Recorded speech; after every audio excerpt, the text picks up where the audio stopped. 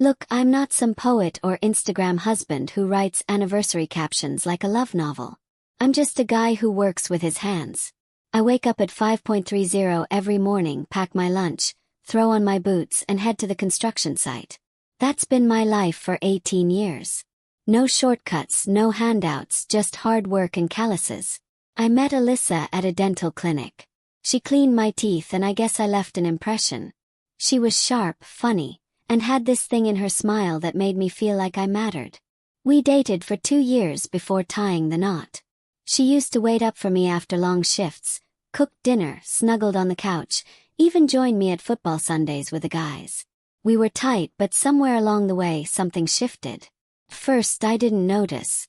Life gets busy. You get married, bills pile up, routines form. We'd crash on the couch after work, scroll through our phones, fall asleep halfway through a movie. Normal stuff. But little by little, the warmth just disappeared. I'd lean in to kiss her neck. She'd flinch. I'd try to hold her waist while she cooked. And she'd step away like I startled her. And the excuses started. Every night. I have a headache.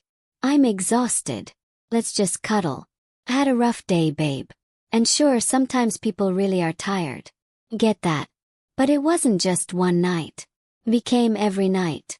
And I'm not just talking about physical stuff. Even hugs felt forced. She'd kiss the dog more affectionately than me. Meanwhile, whenever she wanted something, a new coat, fresh nails, monthly Botox, a girl's trip to Tampa, guess who was always expected to say yes? Me. And like an idiot, I always did. Even when things were tight, I made it work. I'd skip lunch, pick up extra hours, sell tools I barely used. Also, she didn't have to miss her salon appointment or her group yoga retreat. I started juggling 3 credit cards, paying just the minimums, maxing out and transferring balances just to keep her lifestyle untouched. She used to work 5 days a week, but slowly dropped to part-time, said she needed more self-care. And you know what? I didn't even argue. I thought, if this makes her happy, I'll figure the rest out. That's how I've always been. Fix things. That's my job. But nobody told me what to do when I was the one being broken. I remember one night in particular. It was a Friday. I brought home takeout from our favorite diner, Tony's over on 5th Street, and she barely looked up from her phone. I was excited, just want a quiet dinner together, maybe a glass of wine, maybe a chance to reconnect. She didn't say thank you. Didn't even notice I ordered her favorite, the club sandwich with sweet potato fries. She scrolled through TikTok, laughed at some video, and said, "I'm not even that hungry, I'll eat later." Then she walked into the bedroom and locked the door behind her, said she had a migraine. Again, I sat at that kitchen counter, eating alone like some stranger in his own house. That night, I didn't even go to bed. Slept on the couch, fully dressed. And you know what? I realized something around 2 a.m., staring at the ceiling fan going in circles. I was no longer her husband. I was her damn wallet. She didn't want to touch me. Didn't want to talk to me. Didn't want to be seen with me unless it involved spending money. And it's not like I was lazy. I worked damn hard. 45 hours a week during regular times, and more during busy seasons. My knees are shot from climbing ladders and crawling under beams. My fingernails are black with grime half the time. I don't drive a fancy truck. I've never had a PlayStation or a golf membership. I wear the same 4 flannels on rotation. But I made sure she had what she needed. Always. We used to laugh in the kitchen, man. Like really laugh. We had inside jokes. Share playlists. Grocery store routines. We danced once in Walmart, 'cause her favorite song came on the speakers. Now we're just 2 people passing each other like strangers. She's glued to her phone and I'm just background noise. I started to notice things. Like how her whole vibe changed when she talked to her friends. Giggly. Ugly. Animated. Like she was alive again. But with me. Flat. Robotic. Cold. It's like I'd done something to disgust her. And no one told me what. Even intimacy felt like a service you had to schedule in advance. Like she was doing me a favor every 3 months. Meanwhile, if I ever hesitated to transfer $150 for her brow specialist, or buy her another Lululemon set, she'd say, "What's your problem?" Why are you being so tight lately? I wanted to scream. Because I'm drowning in debt, Alyssa. I can't even buy new socks. But I never said that. I just nodded. Mile. Transferred the damn money. I stopped talking to my buddies about it too. Guys don't get sympathy for this kind of thing. You say, my wife never touches me but she takes all my money, and people act like you're whining or being dramatic. But I know I'm not crazy. I know what love used to feel like. And this isn't it. It got to the point where I'd flinch when she walked into the room. Not because I was scared, but because I didn't want to get hit with another complaint or money request. I used to walk in the door and feel peace. Now I walk in and feel tension. Like I'm waiting for a courtroom verdict. The irony. When she first met me, she said she loved how real I was. You're grounded. You're not flashy. You know what matters. Yeah, she said that. But now, she rolls her eyes at my steel-toed boots by the door. She criticizes how I eat. Mocks my truck because it doesn't have Bluetooth. Acts like she's outgrown the guy she used to cry from laughing with. So here I am, sitting in a half-paid house, eating leftover chili, scrolling through job boards trying to pick up side gigs just to survive while she shops on Amazon in the other room, in a house I'm single-handedly paying for. You ever feel used up by someone who once swore they'd love you forever? That's where I'm at. And I know I'm not alone. There are guys out there just like me. Silent, loyal, exhausted, walking around in a fog, wondering where the hell their marriage went. But the thing is, I'm not going to stay like this much longer. Something in me snapped. Not in an angry, throw things kind of way. In a quiet, dangerous way. You'll see. You know what's funny? I used to take her word for everything. If Alyssa said she was tired, I'd believe it. If she said she had cramps, I'd bring her a heating pad and a cup of tea. If she didn't want to be touched, I'd keep my distance and just hold her hand until she fell asleep. But lately something started feeling off. And not the kind of, oh, we're just in a rough patch kind of off. I'm talking about that gut-level discomfort that creeps up on you slowly. Like something's crawling under your skin, but you can't quite see it yet. It all started when I came home early one Tuesday afternoon. Rained out on the site. I walked through the door expecting to find her maybe napping, watching a show, whatever. Instead, she's standing in the kitchen in this tight gray tank top. The kind she never wears around me anymore. Laughing on the phone, holding a wine glass. At 3 p.m., she didn't see me at first. I just stood there by the hallway listening. She said, you know I like it when you push me up against the mirror, right? Froze. Not hi babe, not be safe driving. No, she was out here casually whispering dirty talk like it was just another Tuesday chore. Then she spotted me. Her whole face changed. Like someone hit a switch. She fumbled with the wine glass. Ended the call in a panic and blurted, it was just Sam from work. We joke like that. It's nothing, right? I didn't say a word. Just stared and walked into the bedroom. I sat on the edge of the bed, heart pounding in my chest, trying to tell myself I imagined it. That I must have heard wrong. That it wasn't what it sounded like. But deep down I knew. That was the crack in the dam. From that moment on, I started watching more closely. I paid attention to her patterns. Her habits. Her lies. You know how people slip up when they think no one's looking? That's what started happening. She claimed headaches every night. Yet somehow she had enough energy to hit the gym 4 times a week, go out for girl dinners that lasted till midnight, and stay glued to her iPad for hours, binging reality shows with full volume on. But when I'd walk into the room, she'd yawn and say she needed rest. The more I watched, the more I saw. She started hiding her phone. Before it was just lying around on the couch. Now always flipped face down. Password changed. Notifications off. I once saw her delete a text right after reading it. I pretended not to notice, but I saw the name, Zane Man Lifting Weights. She told me he was her new trainer. Said she got a great deal through the gym's promo. Thing is, I never saw her lifting a single dumbbell in her life. So I checked our joint checking account. She said he charged $40 per session. But I found 4 Venmo payments in 1 week. $95. $110.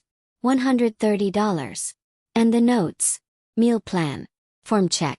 Thanks winking face, doc. Who puts a wink emoji on a Venmo payment to a trainer? Felt sick. But I didn't confront her. Not yet. I wasn't going to scream or beg. Played that game before. You shout, they cry. Nothing changes. I needed proof. I needed facts. So I got smart. I created a new Apple ID and synced it to her old iPad that she barely used anymore. She had no clue it was still connected. Within days, I started getting mirror notifications, messages, calendar events, even airdrop attempts. And guess what I found? Full conversation with Zane. Screenshots, photos, voice notes. She sent him a pic from our bathroom mirror. Wear my shirt. Told him he's clueless. I'll meet you after yoga. That hurt more than anything. Not just because she was cheating, but because she made a game out of it. Like I was some blind fool walking around funding her new lifestyle while she laughed behind my back. The headaches. They vanished the second I wasn't home. One night, she said she had a migraine and needed silence. Said cool. I'll go to bed early. I walked into the room, made noise like I was lying down, and left the bedroom door slightly cracked. Then I stood quietly by the hallway, listening. 10 minutes later, she was on the phone again. Laughing. Whispering. Talking about booking a cabin getaway. With who? Not me, that's for sure. The last trip we took together was 3 years ago to Lake Erie. And she spent most of it on her phone anyway. It was like I'd been erased. Kept digging. Dug deep into our iCloud backups. She'd forgotten to disable that feature. Found deleted messages. Flirty voice memos. Calendar invites for hotel check-ins during the same weekends. She said she was visiting her sister in Cincinnati. One night, I found a receipt in her purse. Gained restaurant downtown. $188 tab. 2 entrees. 2 desserts. A bottle of Cabernet. All paid with my credit card. You know what she told me that night? That she had gone to a vegan cafe with her friend Monica. Claimed she barely touched her salad. Man, I could have laughed if it didn't burn so much. This woman, the one who couldn't stand to be in the same bed with me, who flinched when I reached for her hand, was out here playing girlfriend to another guy using the money I broke my back to earn. And when she got home, she still acted bored. Still rolled her eyes when I asked how her day went. Still said, I'm not in the mood before I even opened my mouth. I realized something sitting on the edge of my bed one night, staring at the empty side where she used to curl up beside me. This isn't a marriage anymore. It's a performance. She wears the ring. Lives in the house. Eats the food. Uses the money. But her heart left a long time ago. And mine. Mine is starting to turn cold. But like I said, I'm not the guy who yells. I'm not going to smash things or cry on TikTok. That's not how I move. I'm building my case. Quietly, I made an appointment with a family law attorney. Robert E. Franklin, local guy in Columbus, sharp as a tack, told me to start documenting everything. Every payment. Every message. Every lie. Ohio's an equitable distribution state. Which means if I'm smart, and if I get enough evidence that she's been committing marital misconduct, especially using her money to carry on an affair, I've got leverage. Real leverage. She thinks she's in control because I've been silent. She has no idea I'm 10 steps ahead. So now, every time she leaves for yoga, I smile and kiss her cheek. Every time she asks for a small transfer for her nails, I say sure. Every time she lies, I act clueless. But behind the scenes, I'm saving every single thing. I got folders, screenshots, bank statements, even a copy of our wedding vows sitting next to a flash drive labeled evidence. She wanted to play smart. Fine. But I play quiet. And quiet men are the ones you never see coming. You know when people say, enough is enough. That moment comes quietly. No screaming. No slam doors. No Hollywood-style arguments. Just silence. The kind that settles in your bones and tells you, yeah, this is it. That was me. 3 weeks after I found out Alyssa had been using my name, my money, and my house as a launching pad for her little double life.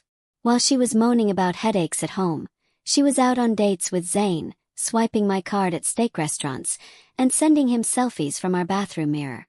The same one I cleaned every Sunday like a fool. But like I said, I didn't blow up. Played the long game. Step 1.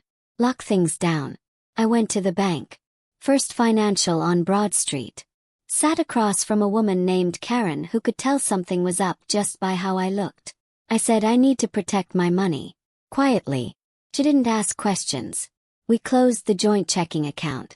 Transferred my direct deposit to a new account under my name only. Cancelled the shared credit card and replaced it with a solo one. Within 48 hours, I pulled the rug out from under her. Then came the real fun.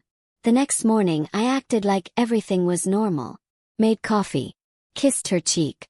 Wished her a good yoga session.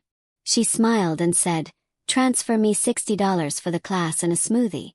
I nodded, pulled out my phone and typed a fake transfer notification. She didn't even check, just walked out the door humming. 2 hours later I got a text. Did the transfer not go through? My card declined twice. I ignored it. That night she was pacing around the kitchen. Pulled up the bank app on her iPad and froze. She looked at me and asked, "Why is the balance 0? I took a sip of my beer. "No idea. Maybe call your yoga teacher." That's when she started unraveling. Hair appointments declined. Amazon cart payment failed. Her Uber app locked out. Every luxury she took for granted gone. And it wasn't even about the money. It was about the control she thought she had. She'd gotten used to me being the safety net. The backup plan. The silent provider who never questioned anything. But when Annette disappeared, she had nothing to land on. I didn't stop there. I cancelled her gym membership. Froze her streaming subscriptions. Switched the utilities to my new account and set the autopay for my new place. Oh yeah, I was already 2 steps ahead on that too. Found a 1-bedroom apartment in Powell, just 25 minutes outside Columbus. Quiet neighborhood. Lakeview affordable. Signed a lease under my name. Furnished it simply. And kept the keys in my toolbox at work. While she was out getting pedicures with Zane's name in her mouth, I was building a life without her. And I saved the best for last. Her birthday. She made it a tradition. Every year we'd go to Jeff Ruby's steakhouse, get a bottle of red, and she'd post those cutesy photos with captions like, "Spoiled again, 2 hearts." She expected that again. Instead, she came home to a table with a single envelope. Inside was a printout. Every Venmo transaction. Every message I pulled from her iCloud backup. Screenshots. Hotel bookings. Pictures. All of it. And at the bottom, just one sentence handwritten by me. "Have a headache. Must be stress. You know how it is." He screamed. She threw the envelope. Started yelling. "You went through my stuff." I didn't even flinch. I stood there, grabbed my duffel bag, walked to the door and said, "You're not the only one who knows how to disappear." And I left. She followed me out, barefoot in the driveway, shouting that I was overreacting. Said I was acting childish. Said it wasn't what it looked like. Then came the tears. The begging. That we can fix this. Please don't go. But the thing is, I was already gone. Emotionally. Check out months ago. I just needed the receipts to back up my exit. And my new place. Man, the silence was healing. No more fake affection. No more tiptoeing around mood swings. No more being made to feel like a burden in my own damn home. I bought a used Dodge Challenger. Matte black. Loud as hell. Something I'd wanted for years but never felt allowed to get. Drove it down to Hocking Hills. Cleared my head. And sat by the cliffs with a cigar and a cold beer, just thinking. Why did I wait so long? 2 weeks later she called. Crying. Said she couldn't pay the mortgage alone. Asked me to come back just until she got back on her feet. Claimed she missed us. I told her flat out. "Well, you missed the ATM, not the man." I blocked her number. Changed my email. Unlinked every shared account. Told her lawyer we'd move forward with the divorce uncontested. But there'd be no spousal support. No settlement. I had evidence. She'd burned the bridge and poured gasoline on the ashes. Funny how fast things turn. Zane. He ghosted her the second I pulled the plug on the perks. No more dinner dates. No more hotel rooms. No more Lululemon on my dime. He vanished like smoke in the wind. She tried messaging my mom, my sister, even some of my coworkers. Said she was going through something. They all gave her the same answer. Talk to Derek. Wait. Can't. He's done. And I was. Done being the second choice. Done being the wallet with no feelings. Done being the man who gave everything and got crumbs in return. I'm working more than ever. But I sleep better. I'm not rich. But my peace is priceless. I hang out with real people. Friends who don't fake it. A couple guys at the site who help me get back into fishing. Even a woman from the supply office named Melissa who listens when I talk. Laughs at my jokes. And doesn't treat kindness like a weakness. Am I bitter? Well, just sharper now. You live. You learn. You rebuild. And if she ever walks by and sees me again, I hope she realizes the man who once gave her everything is the same man who walked away without looking back.